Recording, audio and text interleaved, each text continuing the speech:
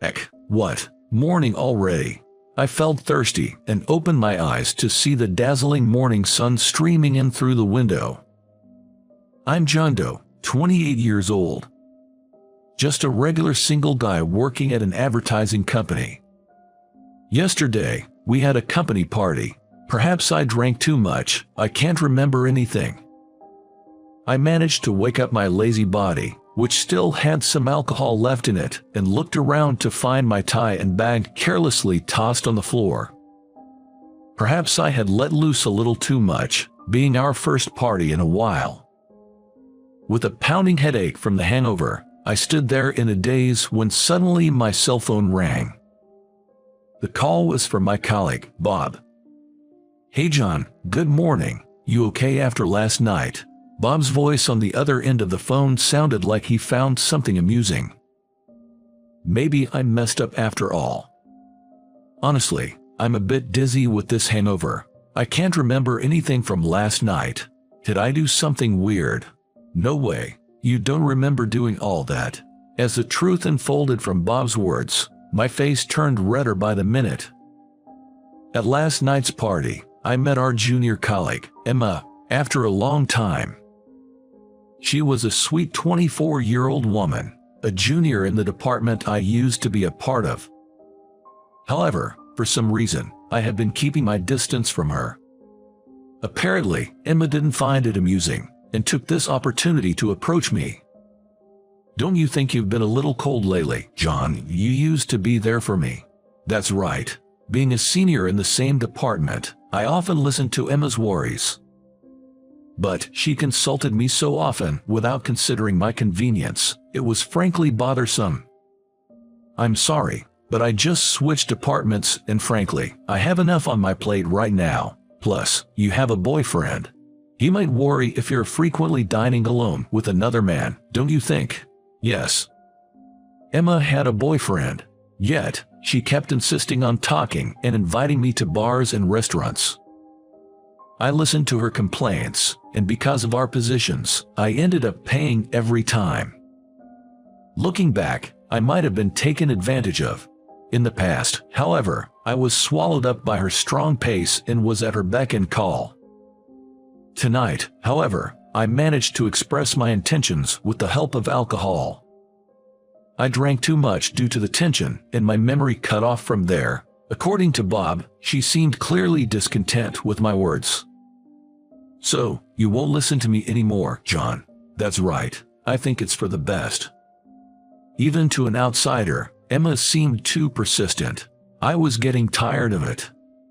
Then she provocatively said, "You refuse my talks, but you're often out with department head Catherine, aren't you? Isn't that unfair? She's indeed beautiful, but somewhat aloof, and she's 9 years older than me." "Oh, you're not by any chance attracted to Catherine, are you?" "Don't badmouth Catherine." According to Bob, I abruptly cut her off by slamming my beer glass on the table. Emma, who only knew my usual calm demeanor, was taken aback by my sudden change. But the surprise didn't end there. Incredibly, I made a shocking statement at the party. "Yes, that's right. I love my department manager. You just don't know it, Emma. The manager in reality is really cute.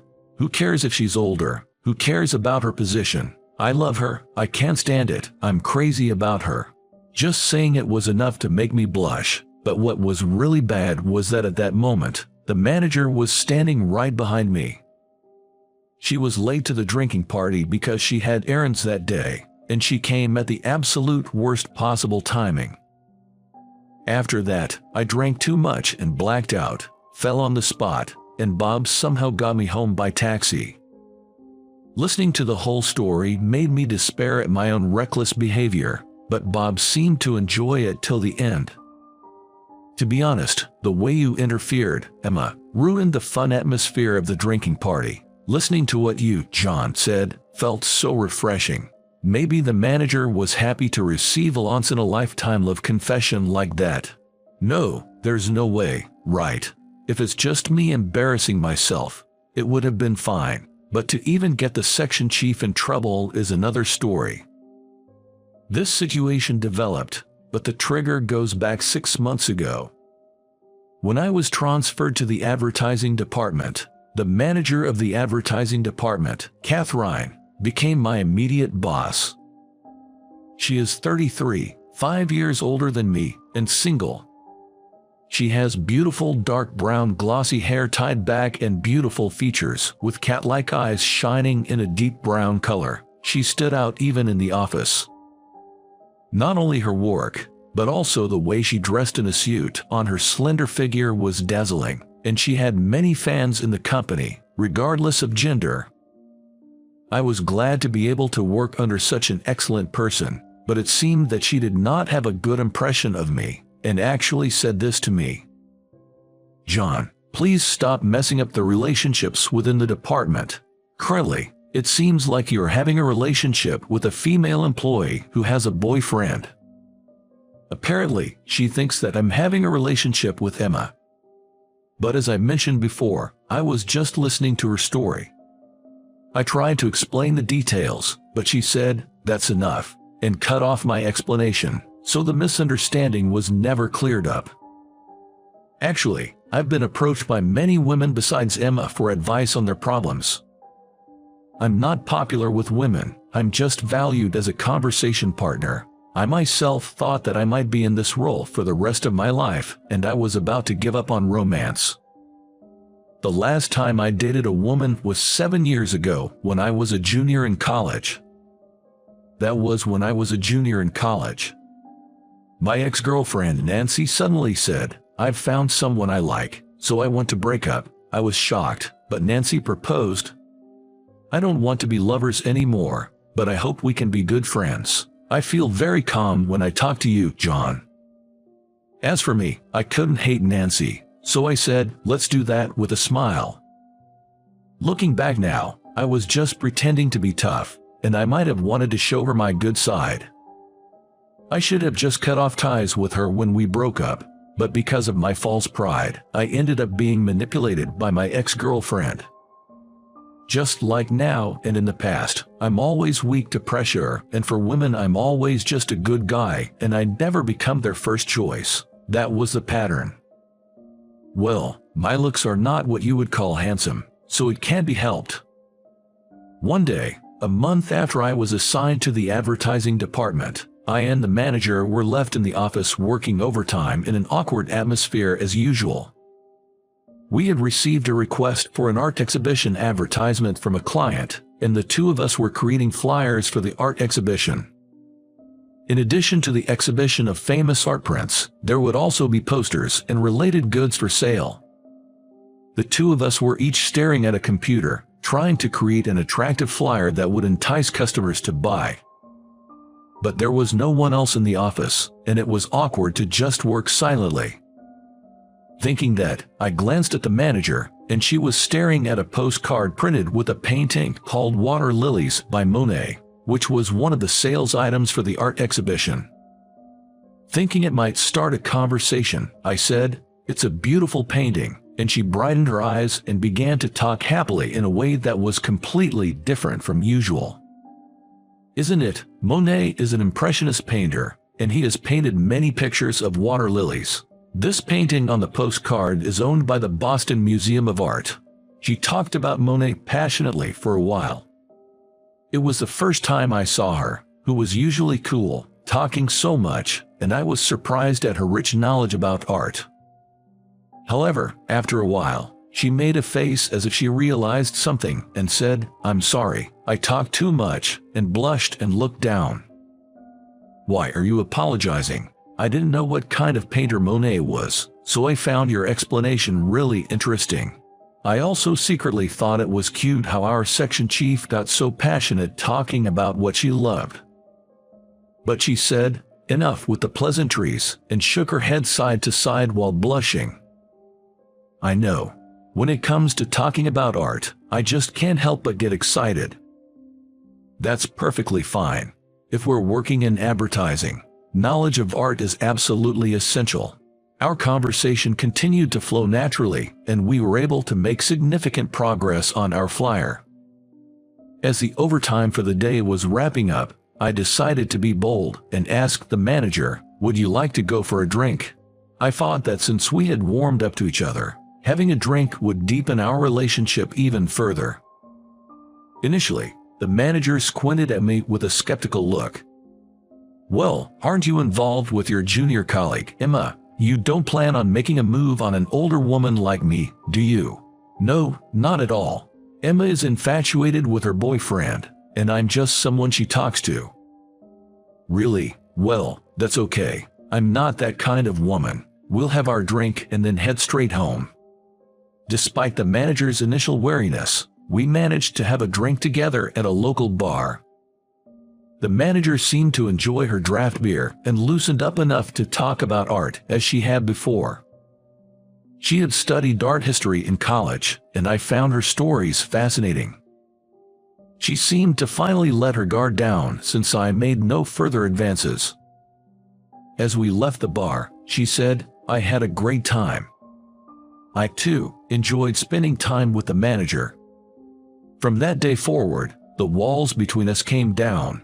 We were able to work more smoothly while maintaining open communication. Whenever our schedules matched up, we would go for drinks. It became our regular activity. One day, the manager opened up to me. "I misunderstood you, John. I've heard from other employees that you often get consulted by female staff about their problems. I had an unfair prejudice against you, and I've been cold towards you, and I truly regret that." I smiled and said to the deeply apologetic manager, "No worries at all. When someone hears that you're alone with female employees, it's a common assumption. But now, I can understand why Emma feels the way she does. Just talking with you, John, is healing in its own way." The manager shared her past trauma with me. "You know how I get really excited and talk nonstop when it comes to art. My previous partner found that repulsive. He didn't expect me to be so talkative because I appear to be a reserved person. It was a shock when he broke up with me because of that, so I've been trying to keep quiet ever since. Looking back, I've been treating you the same way I was treated. It was wrong of me to form a negative image of you before getting to know you." I never imagined that the manager had such a past. She had been pretending to be someone she wasn't after being rejected for being her true self. I would never do that. That's because I genuinely like the manager, just the way she is. Spending time together, she became someone special to me before I knew it.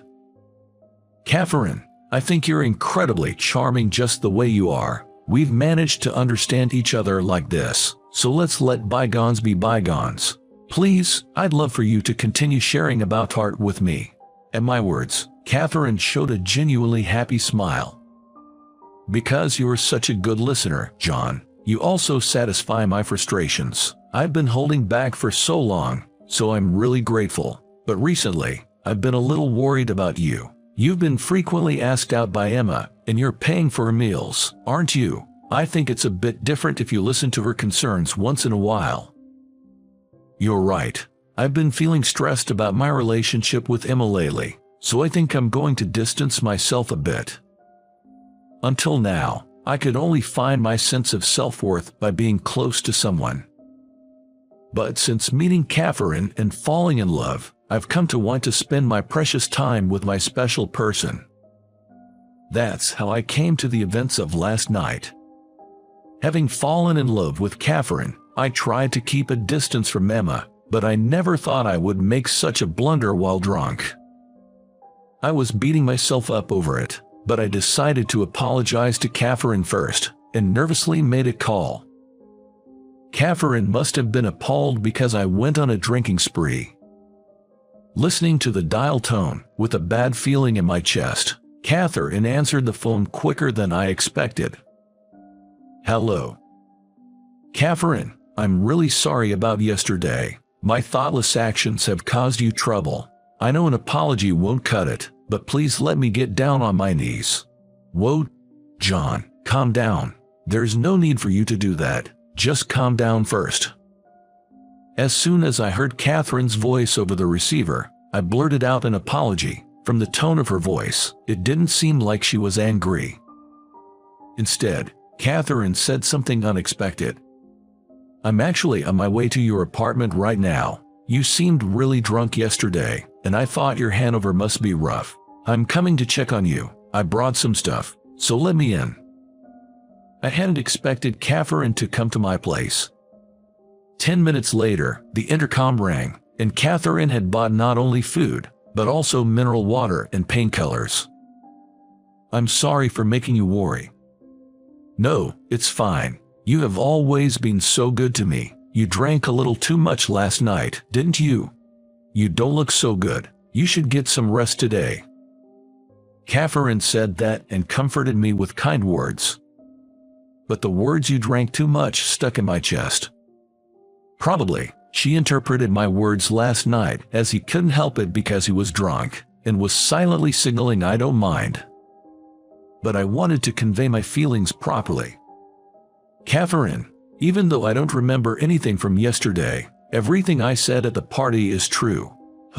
When she heard my words, Catherine looked at me with a surprised face, and I quickly started speaking to change the atmosphere while blushing. But, of course, I understand if it's impossible. I'm happy just being by your side, Catherine. If we can continue to work together from now on, that's more than enough. So please, forget what I just said. While I was talking, Catherine hugged me tightly. For a moment, I couldn't understand what was happening, but Catherine was crying, saying I'm happy, with a smile. I was really happy about what you said yesterday, but I thought I shouldn't take it seriously, so I was acting defensive. I never thought you felt the same way about me, John. You like me too? Yes, spending time with you, I've grown to like you not as a subordinate, but as a man. But you are so kind, John. I've always told myself not to expect anything from that kindness. I've been so mean, advising you to keep your distance from Emma because I wanted you all to myself. I'm just awful, aren't I? Tears streamed down her face as I held her. Like I've said before, I love you just as you are, Catherine. I'm incredibly happy that you feel that way about me. We savored our happiness, holding each other tightly.